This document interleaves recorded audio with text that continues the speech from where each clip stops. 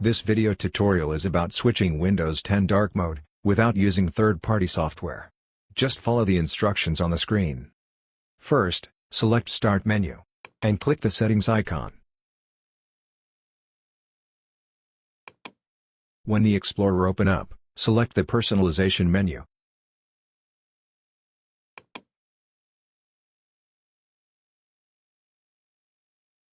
As you can see on the left pane menu, select Themes.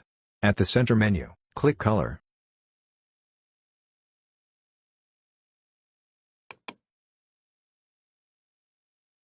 In Color menu, select the radio button settings. Select Dark and see what happens next.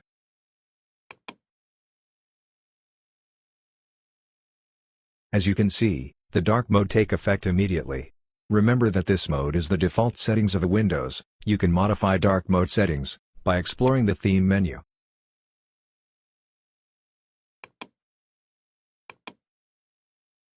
Now, let's take a look at the Explorer how dark mode affects on your Windows.